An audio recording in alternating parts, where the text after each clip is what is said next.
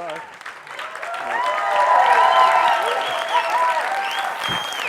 All right.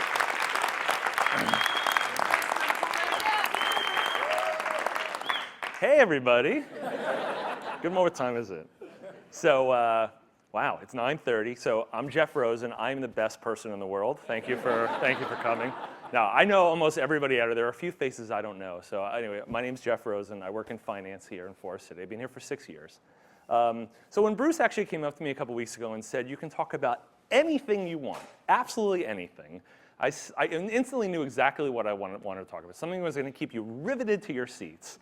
And that is something that's central to what we do in finance, and it's the theory of time value of money. Everybody's probably very familiar with this formula, right? We're going to go over this today.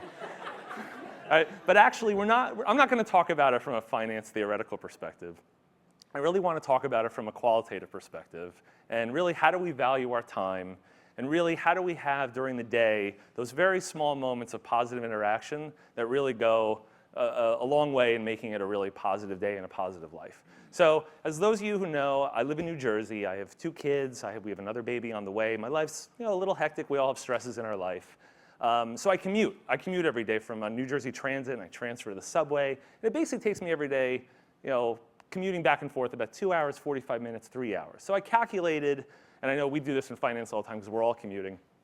I commute 687 hours a year, all right, on the train, which equates to 29 days. So I spent 29 days doing the most boring, monotonous commute that you could possibly do.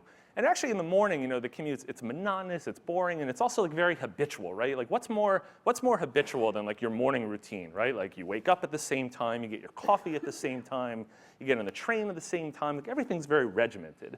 And also like the people I come across in the morning, honestly, like they're not so friendly, right? Like I get on the train, I sit next to someone, like I kind of make eye contact. It's sometimes a little uncomfortable. You're like a little, you see someone in the subway, like God forbid you like actually make contact with someone in the subway, and like they look at you and it's like freaky, they're like, ooh. So, the morning commute is just like blah. It's very boring. But then on my way home after work, something a little bit different happens. So let me walk you through sort of what happens at the end of my day. I get on the 6:43 train. So here I am at office, okay? It's 6:12. I have 31 minutes to get on the train. Now, my wife just called me, okay? She's like, the kids are really excited to see you. You got to get home. I'm looking at my computer. It's like 1,000 things. I'm like, okay, I got to go. I have like a split moment. All right? So I'm like, okay.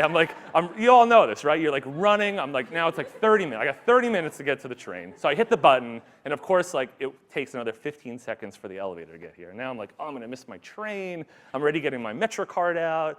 So then like finally, okay, like the red light goes on the elevator. And I like make a mad dash for it. All right, and then like it's like a drug. You hit that like close button 1,000 times, right? Like it's gonna matter. All right, so this is probably everyone's day, right? You're like so stressed, and now I got another hour and a half commute in front of me. So I get down to the bottom of the lobby, and then something different every single day happens. Every single day, and it's almost like in slow motion. I make that turn, and there is this guy. There's this guy. Who knows what I'm talking about? Who knows this? Who knows what this guy's name is? All right.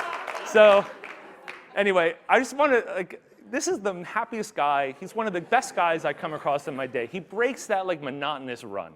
All right. So I said like he's always nice to me. So I spent a little time with him last week. I said I got to get to know him. So his name is Stephen Lashley. For those of you who don't know.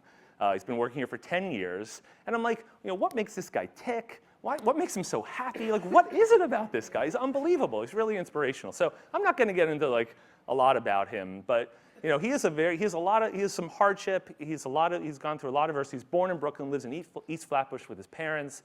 He's currently getting his associate's degree at Kingsborough Community College. He wants to marry his security with his biology degree, maybe in some bioterrorism way. So just like a happy, he wants to work for the NYPD. He has some real career aspirations. But he's just like one of those guys, just a happy guy. It's really such a small moment during the day where I interact with him, but it's always one of those small moments that can really like break the path of the monotony. So I said, okay, like what can I learn from Stephen during my other parts of my day? What can I take from him to sort of inspire me? So I talked, part of my morning ritual is getting coffee every morning. I go to Starbucks. I wait in that like verstuggen long line for my like venti coffee and my oatmeal with dried fruit. It's like every day I do the same thing. And I realize like when I get my coffee cup, they always know my name, right? They know my name because it's like printed right on the side of my cup. There it is. There's my cup. Jeff, they know it. So I've taken this sort of initiative over the last couple of weeks to sort of get to know the people's names at Starbucks. Howard knows this. We were just there yesterday. I know like Adrian, the store manager. I know Shauna, the woman who makes my coffee. I know like Felicia. I know Sabina. I know Jake. I've made a point to sort of make it more of a community there. So it's not so much part of my routine. It's not something I like kind of dread, like waiting in that long line at Starbucks. It actually, and this sounds a little corny, but it's really like a nice part of my day. It's something I actually look forward to. In fact, like I took my son there a couple weeks ago. He came to work with me, and like we walked in.